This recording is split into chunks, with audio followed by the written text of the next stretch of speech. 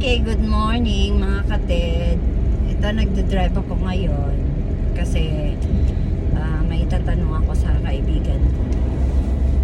Nasa tabi ko lang. Video kasi nasa harap ko eh.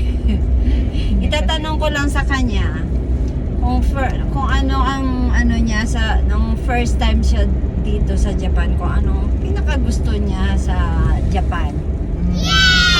Ano pinakagusto mo dito, Rachel? Number 1 is the food, yung pagkain, napakasarap. Sabagay, masarap naman talaga yung pagkain nila. And then, Next, weather.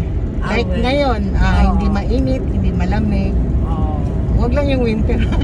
wag lang daw winter. O kung sabagay, kasi pinakamalamig At saka talaga. summer. Oo, yun. Yung haro at saka ano lang, aki ang maganda. Yan lang, 1 and 2, yung yung pagkain